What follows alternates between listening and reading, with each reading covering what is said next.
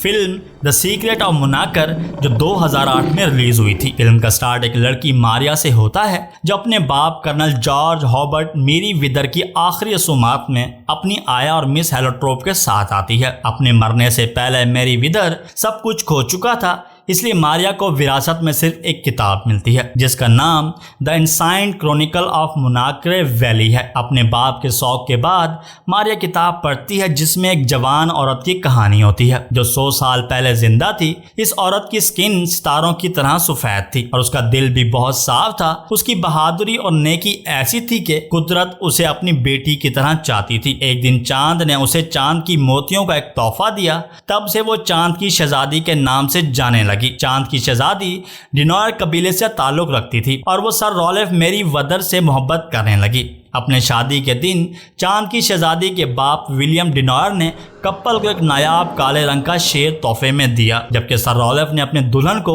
एक यूनिकॉर्न तोहफे में दिया। खुशी से सरशार चांद की शहजादी ने जादुई मोतियों का हार सबको दिखाया और बताया कि ये मोती इंसान के दिल की सच्चाई जाहिर कर सकते हैं और हर ख्वाहिश भी पूरी कर सकते हैं, चाहे वो नेकी की हो या बुराई की। फिर फिल्म वापस प्रेजेंट में आती है। अगले दिन मारिया गुड बाय कहती है और लंदन महल छोड़ देती है। मिस हेलोट्रोप उसके साथ उसके चाचा बेंजामिन के घर जाने का फैसला करती हैं क्योंकि मारिया की मां से किया गया वादा निभाना था। मंजिल की जानब जाते हुए उन्हें कुछ गुंडे अगवा करने की कोशिश करते हैं, लेकिन वो किसी तरह बच निकलती हैं। मुश्किल रास्तों से गुजरते हुए मुनाकर स्टेट में दाखिल होकर वो आखिरकार मुनाकर मीनर पहुंचती हैं जो मारिया के चाचा बेंजामिन की मलकियत है। मिस हेलोट्रोप गुंडों के हमले की कहानी बेन को सुनाने की कोशिश करती हैं, मगर वो उस दिलचस्प कहानी में कोई दिलचस्पी नहीं लेता। उसके बजाय वो उन्हें अंदर ले जाता है, अपने कुत्ते रॉलेफ से मिलवाता है जिसके बारे में वो दावा करता है कि वो पल भर में किसी को भी मार सकता है। लिहाजा बेन मिस हेलोट्रोप को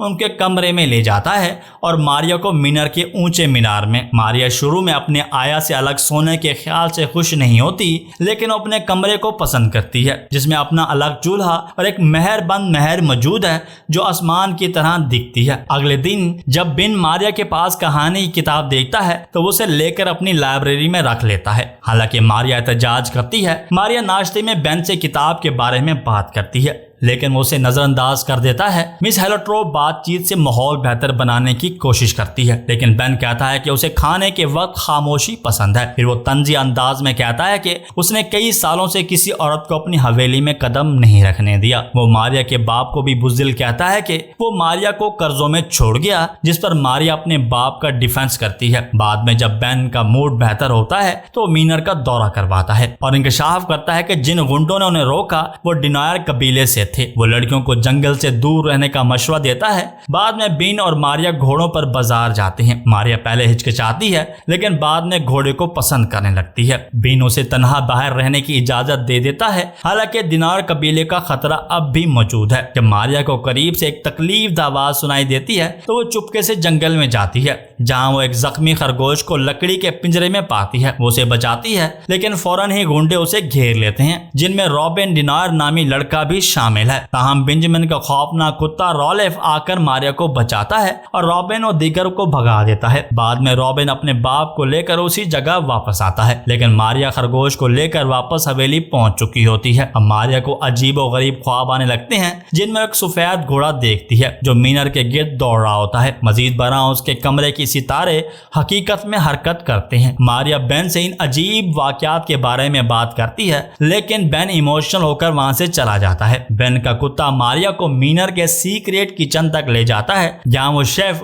मार्मडिक से मिलती है। वो मार्मडिक से अपने ख्वाबों के बारे में पूछती है। वो उसे किताब मुकम्मल पढ़ने का मशवरा देता है। मार्मडिक की मदद से मारिया अपने बाप की किताब दोबारा हासिल करके पढ़ती है। वो जानती है कि जब दोनों खानदानों को चांद की शहजादी के मोतियों के बारे में पता चला तो मोतियों की ताकत हासिल करने की हवस में लड़ पड़े। उस पर चांद की शहजादी नाराज हो गई और मुनाकर वैली को एक लानत दे दी कि जब 5000वां चांद निकलेगा तो ये वादी हमेशा के लिए अंधेरे में डूब जाएगी। अगर इससे पहले किसी पाक दिल की आवाज ना सुनी गई तो। तब से मीर विदर और डिनार खानदानों को गरूर और नफरतें अंधा कर रखा है। मारिया वापस शेफ के पास आती है और उसे बताता है कि सिर्फ सच्ची चांद की शहजादी इस लानत को खत्म कर सकती है। हैरानी से मारिया को पता चलता है कि वही नई चांद की शहजादी है। क्योंकि वो यूनिकॉर्न को देख सकती है तो मारिया को मोती वापस समंदर में फेंकने होंगे और दोनों खानदानों को दोबारा इकट्ठा करना होगा ताकि वादी को अंधेरों से बचाया जा सके। मारिया हिसाब लगाती है कि अगला पूरा चांद 5000वां होगा। इस तबाही के खौफ से वो रात को नींद में डरकर भाग जाती है। मीनर से फरार होने की कोशिश में वो गार में पहुंचती है। यहाँ एक औरत लवडे रहती है जो चांद की शहजादी जैसी दिखती है। तो पता चलता है कि लवडे खुद भी एक चांद की शहजादी थी जिसने लानत खत्म करने की कोशिश की लेकिन नाकाम रही। जब मारिया अपने चाचा बेन की मदद मांगने का कहती है तो लवडे गुस्से में आ जाती है और उसे बेन का नाम ना लेने का मशवरा देती है। इंकशाफ होता है कि डिनॉयर ने मोतियों वाला संदूक चुरा लिया था जबकि मीर विदर खानदान उसकी चाबी ले गया था। मारिया को याद आता है कि किताब के बुक मार्क में चाबी भी दिखी थी। वो लवडे से दरख्वास्त करती है कि वो उसे डिनॉयर किले में ले जाए। किला दिखाने के बाद लवडे अचानक फरार हो जाती है। मारिया मजबूरन खुद अकेले किले में दाखिल होती है लेकिन जल्दी रॉबिन के बाप के हाथ लग जाती है। मारिया उसे चाबी देती है लेकिन वो बताता है कि संदूक खाली है और इल्जाम लगाता है कि मीर विदर ने मोती चुरा ली हैं। रॉबिन मारिया को किले की जेल में बंद कर देता है लेकिन इससे पहले कि मारिया उसे मजाक उड़ाने पर लात मारती उनाकर में बेन को मारिया के लापता होने का इल्म हो जाता है। अगले दिन मारिया अपनी भारी लिबास उतार कर चालाकी से गार्ड को धोखा दे देती है और कैद से निकल जाती है। रॉबिन और उसके आदमी उसका पीछा करते हैं लेकिन वो जंगल में घुस जाती है जहाँ रॉलेफ उसे ढूंढ लेता है और वापस ले जाता है। मारिया बताने की कोशिश करती है लेकिन बेन नाराज होकर उसे कमरे में जाने को कहता है। ताहम रात को अपने रवैये पर शर्मिंदा होकर मारिया से वो माफी मांगता है। अगले दिन मारिया की आंख खुलती है तो लवडे उसके कमरे में होती है। मारिया उस पर नाराज होती है कि वो उसे छोड़कर चली गई लेकिन लवडे उसे पहले चांद की शहजादी का लिबास देकर खुश कर देती है। मारिया अपने चाचा की नजर से बचकर लवडे को पियानो रूम में ले जाती है। लवडे पियानो बजाती है और मारिया दीवार पर लगा आईना देखती है जो माजी दिखाता है। वो देखती है कि लवडे और बेन एक दूसरे से मोहब्बत करते थे और उन दोनों की मंगनी भी हो चुकी थी लेकिन एक दिन लवडे ने इंकशाफ किया कि वो डिनॉयर है। दर हकीकत वो के की बेटी और रॉबिन की बहन है। ये जानकर बेन ने इल्जाम लगाया कि लवडे ने जानबूझकर उसे धोखा दिया और उससे रिश्ता तोड़ लिया है। प्यार में हारी लवडे कार में जाकर रहने लगी। मारिया लवडे को पैचअप करने का मशवरा देती है लेकिन वो इनकार करके वहां से चली जाती है। बाद में मारिया देखती है कि बेन का मुलाजिम डिगविड एक पेंटिंग हटा रहा है जो मारिया के आने के बाद अचानक नजर आई थी। मारिया वो पेंटिंग मिस हेलोट्रोप और मैरमडिक को पेंटिंग दिखाती है। चांद की शहजादी ने मोती जंगल में कहां छुपाए। मारमडिक मशवरा देता है कि रॉबिन से मदद ली जाए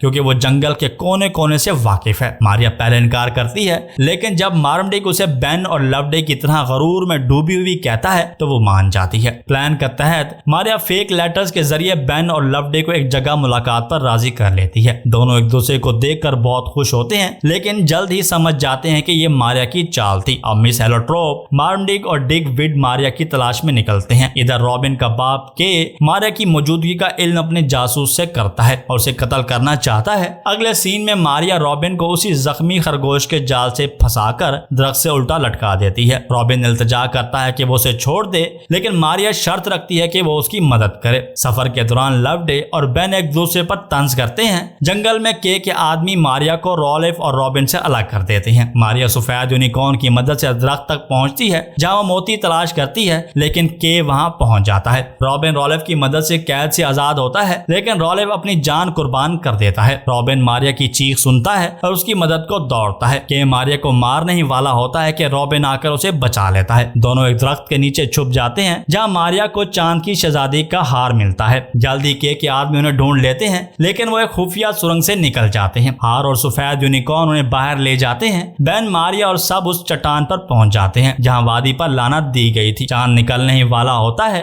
जबकि मारिया से मोती छीनने की कोशिश करता है लेकिन लवडे अपने बाप के सामने खड़ी हो जाती है कि अब भी अपनी बेटी से बहुत मोहब्बत करता है। लवडे अपने बाप से गरूर छोड़ने की रिक्वेस्ट करती है और मारिया अपने चाचा से दोनों खानदानों की सुलह के लिए मोती समंदर में फेंकने को कहती है। जब दोनों इनकार करते हैं हैं तो मारिया खुद हार समंदर में फेंक देती है, लेकिन समंदर मोती कबूल नहीं करता। मारिया हार तोड़कर मोती फेंकती है, लेकिन उसके लिबास से चिपक जाते हैं। फिर वो खुद समंदर में कूद जाती है। मारिया पानी में डूबकर मर जाती है, लेकिन अचानक मारिया सफेद यूनिकॉर्न पर बैठकर जिंदा वापस आती है। रॉल्फ भी जिंदा होकर अपनी असल शक्ल यानी काले शेर में आता है। बेन अपनी भतीजी को जिंदा देखकर बहुत खुश होता है। वो अपना गरूर छोड़कर लवडे से माफी मांगता है और दोनों में सुलह हो जाती है। मेरी विदर और दिनोर खानदान इकट्ठे हो जाते हैं और लानत भी खत्म हो जाती है। फिल्म का एंड तब होता है जब मुनाकर वादी बहाल हो जाती है, तो मारी और रॉबिन भी एक दूसरे से मोहब्बत करने लगते हैं, यानी लव बर्ड्स कहलाने लगते हैं।